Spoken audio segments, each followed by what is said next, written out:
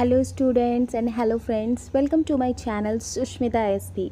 मैं सुष्मिता आज आप लोगों के साथ डिस्कस करने वाली हूँ हिंदी का फर्स्ट चैप्टर सूरदास के पद का क्वेश्चन आंसर। ठीक है, तो वीडियो को शुरू करने से पहले जिन्होंने भी अभी तक मेरे चैनल को सब्सक्राइब नहीं किया है वो मेरी वीडियो को देख रहे हैं या पहली बार मेरे चैनल पे आए हैं तो मेरे चैनल को जल्दी से सब्सक्राइब कर लें। ठीक है, तो आइए चलते हैं, स्टार्ट करते हैं हम हिंदी के फर्स्ट चैप्टर सूरदास के पद उधो तुम हो अति बड़भागी का क्वेश्चन आंसर। वीडियो काफ़ी ही इंटरेस्टिंग होने वाली है। मैं बहुत अच्छे से आप लोगों को हर एक क्वेश्चन को एक्सप्लेन करके समझाने वाली हूँ, तो वीडियो पर एंड तक ज़रूर बने रहें। तो आइए देख लेते हैं फर्स्ट क्वेश्चन क्या है हमारा। फर्स्ट क्वेश्चन है, गोपियों द्वारा उद्धव को भाग्यवान कहने में क्या व्यंग्य निहित है। गोपियाँ जो उद्धव को कहती हैं कि उद्धव तुम हो अति बड़भागी, बड़भागी मीन्स भाग्यशाली, तो गोपियों द्वारा उद्धव को भाग्यवान कहने में क्या व्यंग्य निहित है। तो यहाँ पे हम आंसर देख लेते हैं। इसका आंसर क्या होगा आपका, गोपियों द्वारा उद्धव को भाग्यवान कहने में यह व्यंग्य निहित है कि उद्धव वास्तव में भाग्यवान न होकर अति भाग्यहीन है। वे कृष्ण रूपी सौंदर्य तथा प्रेम रस के सागर के सानिध्य में रहते हुए भी उस असीम आनंद से वंचित है। वे प्रेम बंधन में बंधने एवं मन के प्रेम में अनुरक्त होने की सुखद अनुभूति से पूर्णतया अपरिचित है। यहाँ पे गोपियाँ क्या करती हैं, उद्धव को ताने मारती हैं, क्योंकि उद्धव क्या करते हैं ना, उसके लिए गोपियों के लिए योग संदेश लेकर के आते हैं। श्री कृष्ण जी जो योग संदेश भिजवाते हैं तो वो योग संदेश उद्धव लेकर के आते हैं, जिसके कारण गोपियाँ काफ़ी ज़्यादा गुस्से में होती है और इसी गुस्से के कारण वो उद्धव को काफ़ी खरी खोटी सुनाती है और वो उद्धव को क्या बोलती है कि वो भाग्यवान, उनको वो व्यंग करती है कि तुम तो बहुत भाग्यवान हो, लेकिन असल में वो भाग्यवान उसको व्यंग करके बोलती है। असल में उनका बोलने का मतलब ये होता है कि वो भाग्यवान नहीं है, वो तो काफ़ी ज़्यादा भाग्यहीन है, क्योंकि वो कृष्ण के साथ रहते हैं फिर भी वो कृष्ण के प्रेम से क्या है, अछूते हैं। जबकि गोपियाँ जो है सारा दिन श्री कृष्ण के प्रेम में ही डूबी रहती हैं और वो गोपियाँ जो है श्री कृष्ण के यहाँ से चले जाने से काफ़ी ज़्यादा दुखी है, काफ़ी ज़्यादा व्यथित है। तो यहाँ पे जो आंसर है आपको समझ में आया होगा कि गोपियाँ उद्धव को भाग्यवान कहने में क्या व्यंग्य निहित करती हैं। तो यही उनका व्यंग्य है यहाँ पे कि वो भाग्यवान नहीं है उद्धव तो काफ़ी ज़्यादा भाग्यहीन है, वो भाग्यवान नहीं है। बढ़ते हैं नेक्स्ट क्वेश्चन की तरफ। नेक्स्ट क्वेश्चन है, उद्धव के व्यवहार की तुलना किस किस से की गई है। उद्धव की जो व्यवहार की तुलना यहाँ पे हुई है वो किस किस चीज़ से की गई है। तो मैंने जो है अपने चैनल पे फुल एक्सप्लेनेशन वीडियो भी अपलोड किया हुआ है। जिन्होंने भी अभी तक जो है सूरदास के पद का फुल एक्सप्लेनेशन वीडियो नहीं देखा है वो मेरे चैनल पे जाके फुल वीडियो का एक्सप्लेनेशन वीडियो जो है वो देख सकते हैं। ठीक है, तो आपको और ज़्यादा अच्छे से क्लियर होगा। तो यहाँ पे देखिए, गोपियों ने उद्धव के व्यवहार की तुलना निम्नलिखित उदाहरणों से की है।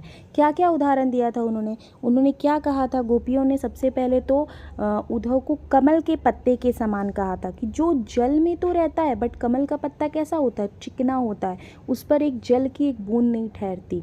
वहाँ अगर हम कमल के पत्ते में जल डालते भी है तो वो क्या होता है, गिर जाता है, उस पर नहीं ठहरता है। तो यहाँ पे गोपियों ने उद्धव के व्यवहार की तुलना कमल के पत्ते से की है, जो जल में रहते हुए भी उससे प्रभावित नहीं होता है। फर्स्ट उन्होंने कमल के पत्ते से किया है। नेक्स्ट उन्होंने किया है कि गोपियों ने उद्धव की तुलना जल में रखे तेल के मटकी से की है, जिस पर तेल की एक बूंद भी नहीं टिक पाती है। तो हम अगर देखेंगे कि तेल लगी हुई जो मटकी होती है, अगर उस पर पानी की कोई भी बूंद, अगर पानी उस पर गिरता है तो वो पानी ठहरता नहीं है, वो उस पर टिक नहीं पाता है, वो क्या होता है, गिर जाता है। तो उद्धव की जो तुलना है वो कमल के पत्ते से की गई है और तेल के मटके से की गई है। इन दोनों चीज़ों से उद्धव की तुलना की गई है। क्यों की गई है, इसलिए की गई है कि वो श्री कृष्ण के साथ रहते हुए भी वे श्री कृष्ण के प्रेम से वंचित थे, इसीलिए उन्होंने जो है तुलना की है। गोपियों ने उद्धव की तुलना इन चीज़ों से की है। ठीक है,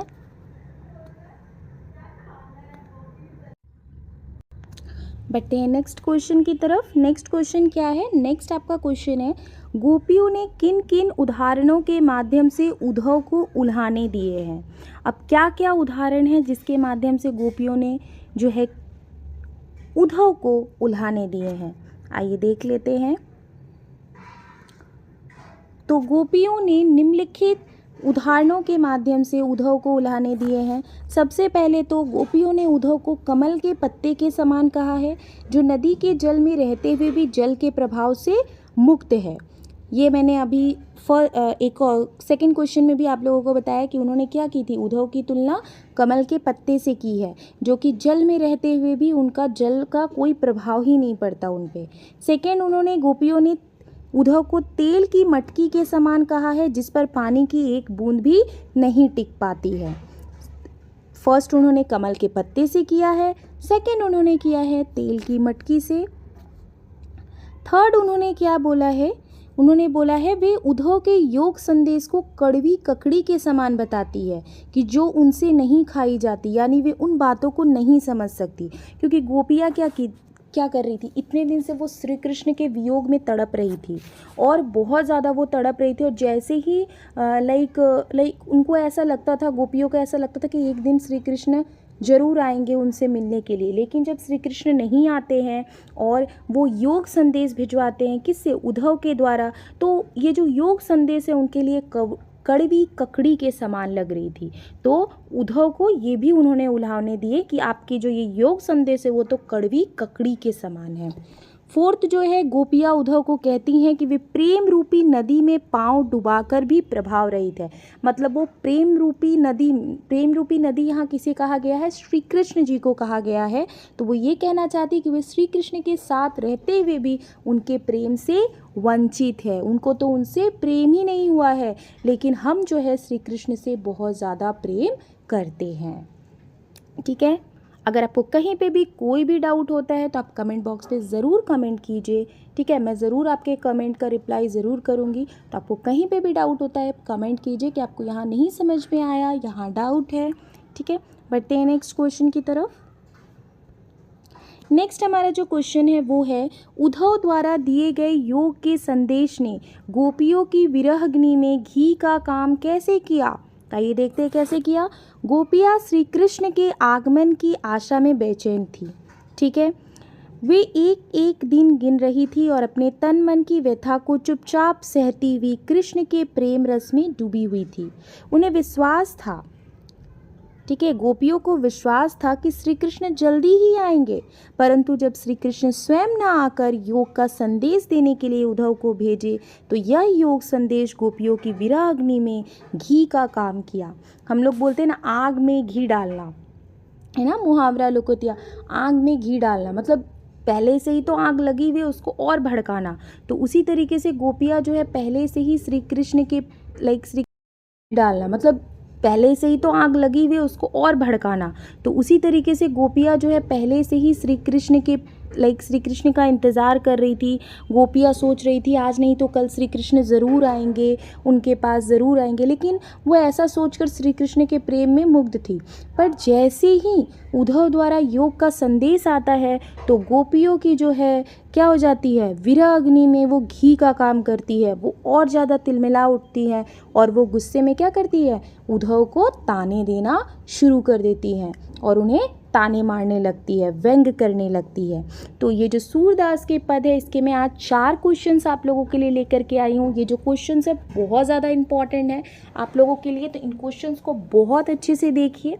ठीक है, ताकि एग्ज़ाम में ऐसे क्वेश्चन आने पर आप फटाफट आंसर लिख सके और अपने दिमाग में आप ऐसे इस चीज़ को पढ़िए, आप रटिए मत, आप बस दिमाग में इस तरीके से इसको लर्न कीजिए ताकि आपको दिमाग में लर्न हो जाए। एंड आज मैं 4 क्वेश्चन ही लेकर के आई हूँ। नेक्स्ट क्लास में, नेक्स्ट हिंदी की क्लास में मैं आगे के और भी क्वेश्चंस आप लोगों के लिए लेकर के आने वाली हूँ। तो जिन्होंने जो पहली बार मेरी वीडियो पर आ रहे हैं तो मेरे चैनल को ज़रूर सपोर्ट कीजिए, मेरे चैनल को सब्सक्राइब कीजिए, ज़्यादा से ज़्यादा अपने दोस्तों के बीच शेयर कीजिए। एंड आपको मेरे चैनल पे बायोलॉजी के भी वीडियोस मिल जाएंगे। बायोलॉजी के भी क्लासेस मैंने शुरू किया है तो आप वहाँ जा कर के देख सकते हैं। इंग्लिश की भी क्लासेस मेरे चैनल पे होती हैं तो आप इंग्लिश की भी क्लासेस देख सकती है। तो मिलते हैं नेक्स्ट वीडियो में, जहाँ पर मैं हिंदी के और भी क्वेश्चंस आप लोगों के लिए लेकर के आने वाली हूँ और भी क्वेश्चंस डिस्क्राइब करने वाली हूँ।